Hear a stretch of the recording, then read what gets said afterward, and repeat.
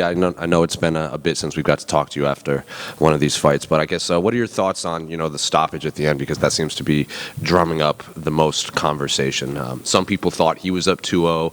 The judges actually had you up 2-0. Just what are your thoughts on the stoppage as a whole?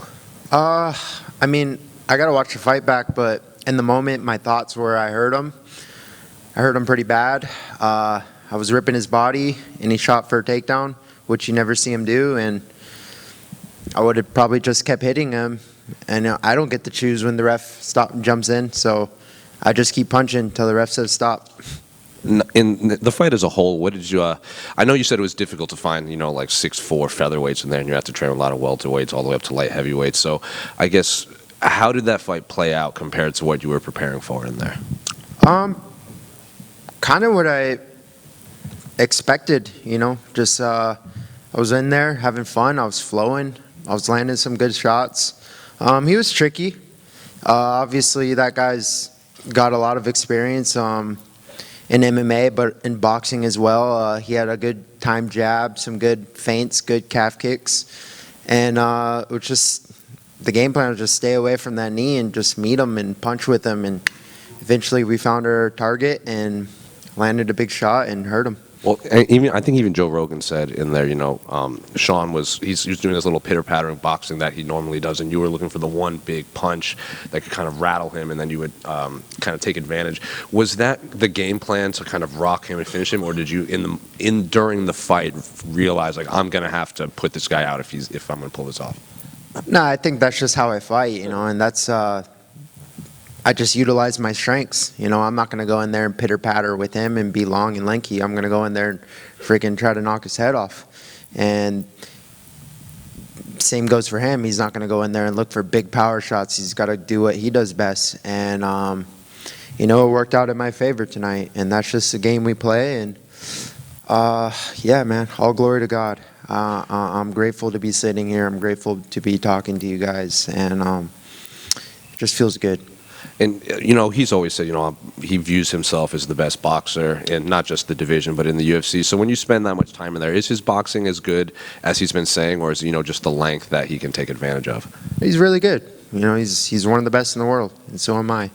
I'm the best in the world. And tonight I was the best in the world. And, he's got a bright future ahead. Yeah, I told him that after the fight. It's just a bump in the road. Just keep going. Get back up and go again. You're young, you're talented, you're resilient. Just get back up and go again. It's not what you want to hear right now, but you'll get up and you'll do it again.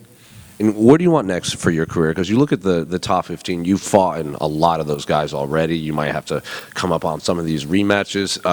I guess, what do you want next for your career? Because a lot of people thought you won your last fight. You even said, like, I got to remind the rest of the division how exciting these are after Lerone Murphy's last win over Josh Emmett. So I guess, what do you want next for yourself? Honestly, no one in particular. I just want to keep climbing. I just want to keep winning, keep racking them up, get some momentum again. I want 3 wins. It doesn't matter who. Started tonight with Sean Woodson, but let's get 2 more, and then we'll talk about some big names and whatnot. I mean, if a name comes across the table, I'm not going to say no. I'm going to fight, and that's what I do. That's who I am. I fought the best of the best, and I am one of the best. I've never got blown out of the water. I've lost by inches, and I've also just lost to other people's opinions. I've never, got smoked, or I don't know. I just want to fight. It's what I do. It's what I love. It's how I provide for my family.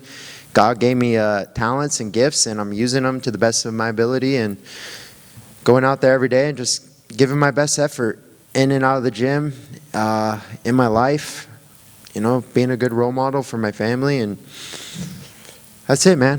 That's all I can ask for. In a perfect world, how many fights do you have this year? It's April, so I can fight 2 more times. Will I get 2 more? I don't know. For sure I'll get 1 more. I feel like they owe you. I don't expect anything from anyone. It's just I don't have that entitled mentality. But if you guys say that, you go ahead and tell the UFC that. But I'll be ready. Gonna go back, take a little time, rest with my family, celebrate, go to Disneyland, eat some churros, and then get back to it. And then just last one for me. I'm sure you've been asked this before, but a big addition to your division in Aaron Pico just got signed to the UFC. What do you make of his name being now thrown into the mix? And I'm sure you've seen him before, but what do you just make of his skill set as a whole? Yeah, Pico, Pitbull. I mean, two studs, right? It's great. I think we need it. We need the world's best fighters, and they're two of the world's best. And again, I wish them all the best. And yeah, that's it. Dan, right here. Congrats on the win. You obviously have history with Diego, who is in the main event tonight. Of course, that crazy short notice fight at UFC 303. But how do you think he does against Volk? I think he has a good chance. Especially in the first 3 rounds, he's dangerous. He imposes a lot of chaos, brings chaos to the fight, and he's powerful and he's big. And I think he could hurt Volk, but Volk's really smart. And obviously one of the best featherweights to ever do it, and I'll be watching as a fan. Obviously, you gained a lot of fans just from doing that, and a ton of credibility and everything else that goes with it. Not that you didn't have it already, but would you ever do that again? I'll do it tonight. If someone falls out, I'll do it tonight. You got a featherweight fight right now? Well, who's fighting? All right. Great answer. Thanks. Thank you. Dan, you've been best friends with your wife for 20 years. What's the biggest lesson you've learned from Savannah that's helped you in your fighting career? Shoot, I don't know. That's a hard one to answer. I might get in trouble.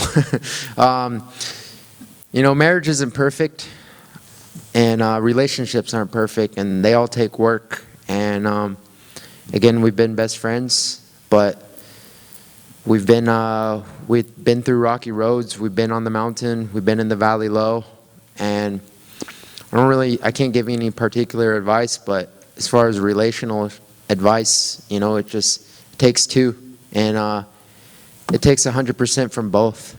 Even when I have nothing, she still has to give 100. When I have everything and she has nothing, I give 100. We pick each other up. She's my rock. I rely on her a lot. I love her dearly, and she's a big part of my success. And I probably wouldn't be where I am today without her, just because we're a team, and she holds it down. She really does hold it down. She's a stay-at-home mom. She takes care of my 2 kids, and that's not an easy job. I don't know if anyone has kids, but leave me with my kids for 1 weekend just alone, and I'm going crazy. It's hard. It's not an easy job. I love my kids, and my wife does it day in and day out so I can live my dream and train and provide for my family, and I love her. And obviously you're a family man. You spend a lot of time at your gym, Extreme Couture, as well. Do you give your teammates advice when they become new parents, and because you guys spend a lot of time together? Yeah. You just got to live by example. I'm not like trying to go out there and tell anyone what to do, but I have a lot of friends. Like Julian Erosa just became a dad. He won tonight. His wife and my wife are friends. Puna Soriano's having a baby soon. Again, we all grew up together, so it's cool to. It's kind of cool. And then there's a lot of other, other up and comers that all have kids, and my kids get to train with their kids, and it's awesome, man. It's cool to see Brad Tavares, 2 beautiful girls. Just everyone's got kids, man, and we're all getting older and raising up the next generation of killers.